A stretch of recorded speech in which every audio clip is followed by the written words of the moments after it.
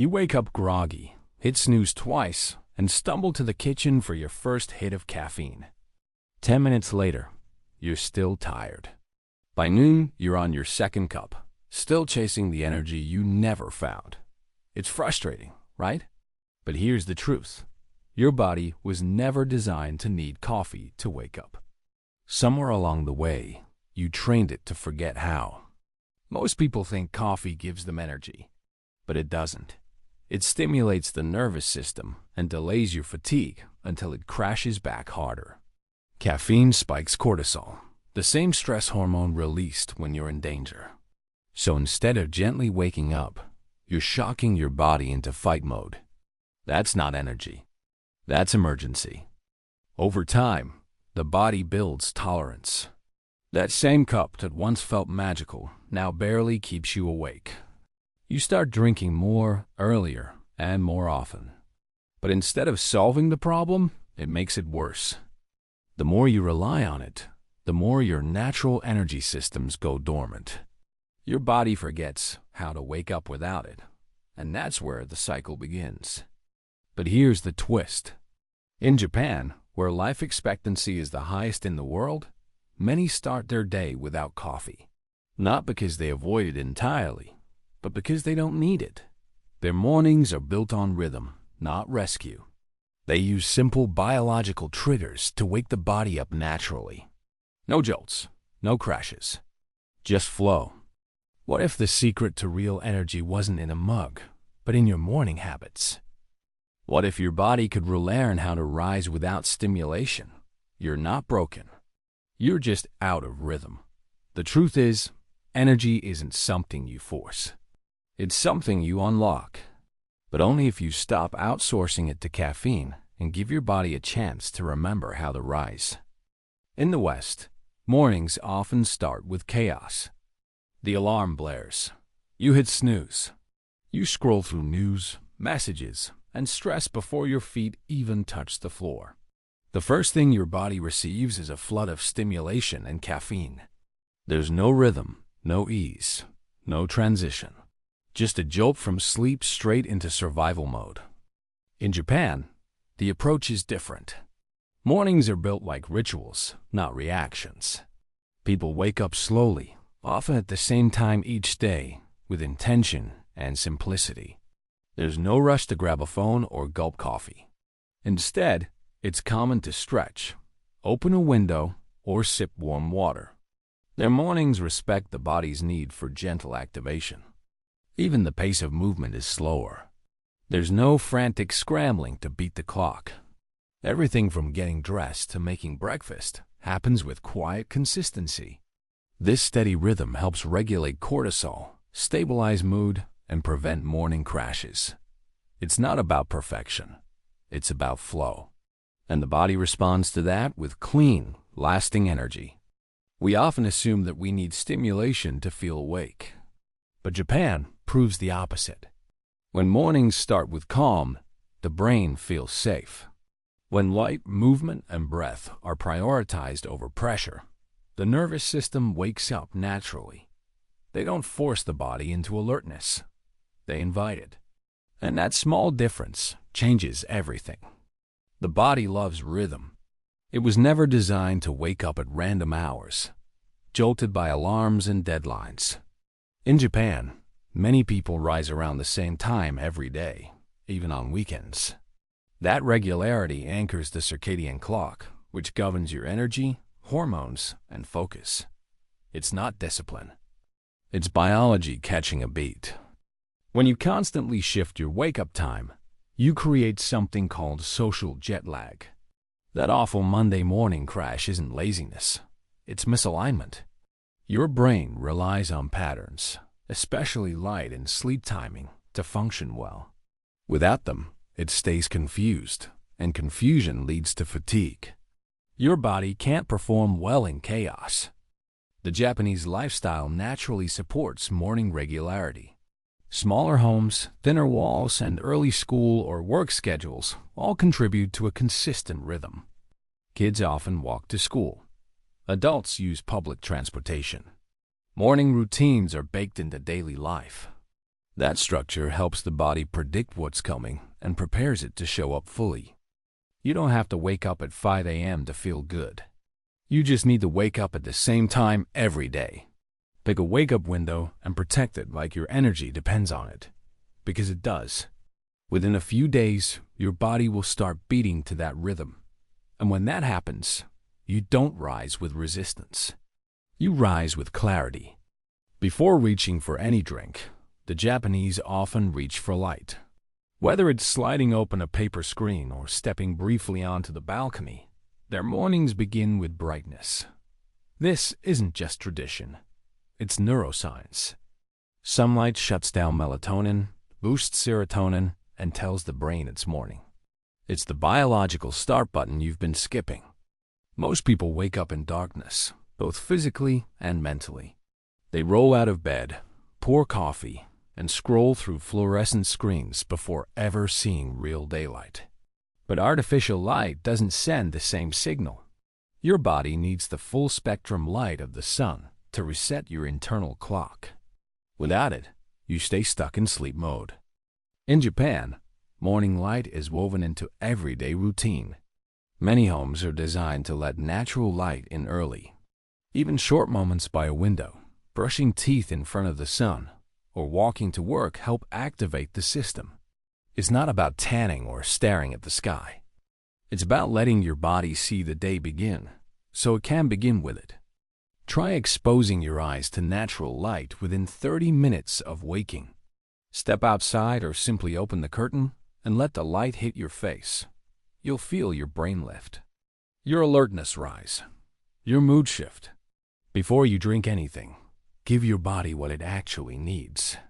Light doesn't just wake you up. It resets who you are for the day. After 7 or 8 hours without fluids, your body wakes up dehydrated.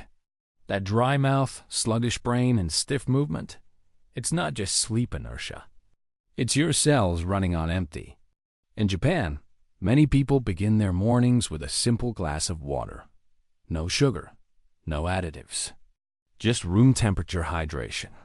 It's quiet, effective, and vital.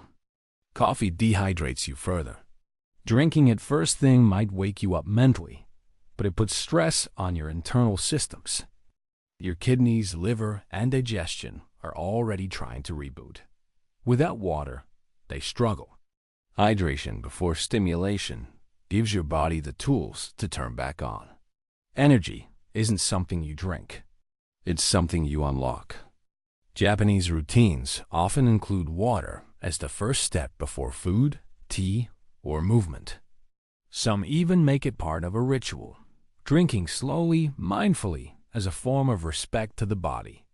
The idea isn't speed or quantity. It's intentionality. It's the difference between forcing energy and supporting it, between stimulation and actual nourishment. Tomorrow morning, skip the caffeine rush for 5 minutes. Pour a glass of water and drink it slowly. Let it reach your system before anything else does. You'll feel your digestion spark, your mind sharpen, your fatigue lift even before coffee touches your lips. Water isn't a health hack. It's the foundation your morning has been missing. In Japan, the morning doesn't start with high-intensity workouts or endless reps. It starts with gentle movement, stretching the arms, rolling the shoulders, taking a walk around the block. These small actions send big signals to the body. They activate blood flow, wake up joints, and ease the transition from rest to readiness without stress. Modern routines tend to ignore this. People either skip movement altogether or go straight into intense training while half asleep. But harsh exercise on a sleepy nervous system often spikes cortisol and leads to burnout. Your body doesn't need punishment to wake up. It needs permission. Movement should be a signal, not a shock. Japanese culture leans into that principle. Morning radio stretches are still broadcast nationwide. Office workers do light mobility before sitting down. Seniors gather in parks for group movements that look simple but deeply engage the body. These aren't workouts. They're wake-up calls, invitations for the body to rejoin the world gently. Tomorrow morning, take 5 minutes to move before you touch your phone. Walk barefoot. Stretch your spine. Swing your arms slowly. Breathe with the motion and let your mind stay quiet. You'll feel your energy rise, not as a spike, but as a flow.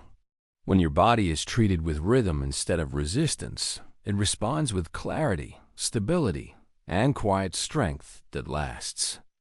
In Japan, breakfast is never an afterthought. It's warm, balanced, and nourishing miso soup, rice, grilled fish, a soft-boiled egg. Nothing extreme, just gentle fuel. Warm food signals the body that the day has begun. It activates digestion, stabilizes blood sugar, and delivers energy slowly without overwhelming your system.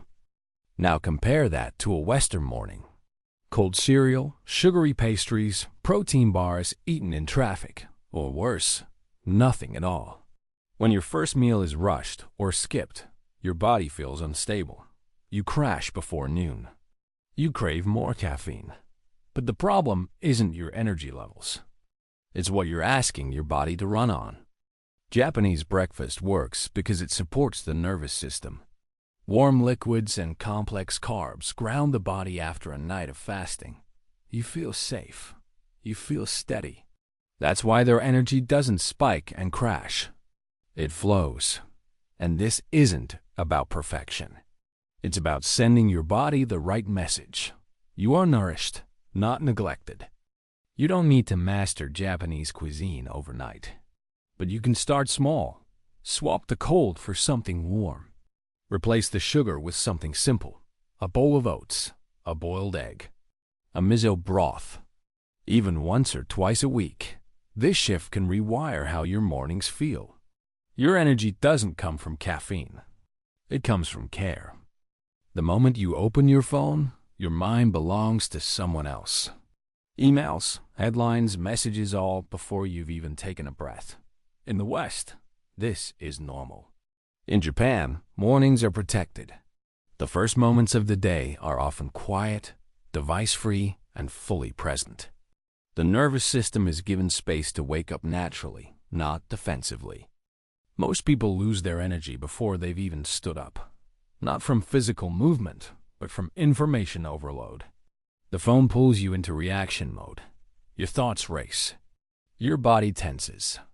That calm rhythm you could have built is shattered by someone else's urgency. And you haven't even had water yet.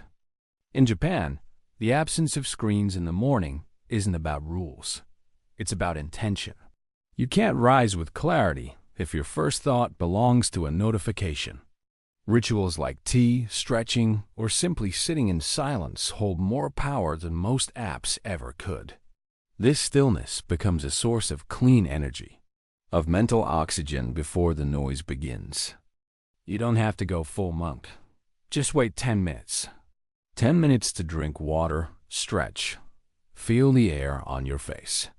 10 minutes to belong to yourself before the world comes knocking. That boundary gives your mind strength and your body time to align. In that space, your morning becomes yours again. And so does your energy. The Japanese don't start their day by chasing energy. They start by aligning with it. No chaos, no jolts, just rhythm. Their mornings are quiet systems designed to support biology, not fight it. Light, water, movement, breath, warmth, each habit is simple. But together, they create a nervous system that wakes up clean, clear, and ready. You don't need more coffee to feel alive. You need fewer interruptions between sleep and sunlight. You need slower transitions, steadier rituals, and a reason to pause before you scroll. When your body feels safe, it doesn't need to be shocked into motion. It moves on its own. That's not laziness. That's intelligence. It's how you're built to function at your best. These habits aren't difficult, but they are different. And that's why they work. You're not adding more pressure to your morning. You're removing the friction that drains you before the day begins. Energy isn't a fuel you keep pouring in. It's a state you create when the mind and body are finally allowed to wake up together. This is where sustainable energy starts. Try one change this week. Just one. Wait before the coffee. Step into sunlight. Move for 5 minutes. Let your morning belong to you before it belongs to your calendar. That space becomes power. That calm becomes clarity. You don't need to fight for energy anymore. You just need to stop getting in the way of it.